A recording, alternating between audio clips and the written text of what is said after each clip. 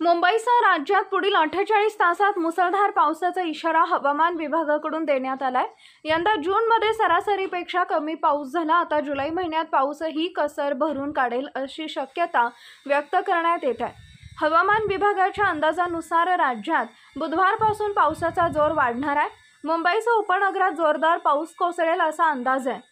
ठाणे, पालघर, रायगड, रत्नागिरी आणि सिंधुदुर्ग जिल्ह्यात मुसळधार पावसाचा अलर्ट देण्यात आलाय। विदर्भातही चांगला पाऊस होण्याची शक्यता असून नागपूर, अकोला, अमरावती, गडचिरोली, गोंदिया इथं मुसळधार पावसाचा इशारा देण्यात आलाय।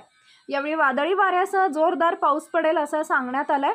मराठवाड्यात छत्रपती संभाजीनगर, जालना, बीड, धाराशिव आणि परभणीत जोरदार पाऊस होईल, तर उत्तर महाराष्ट्रातील नाशिक, धुळे, नंदुरबारसह जळगावातही मुसळधार पावसाची शक्यता वर्तवण्यात आली आहे। हवामान विभागाने जुलै महिना हा पावसाचा असेल असा अंदाज यापूर्वीच वर्तवलाय।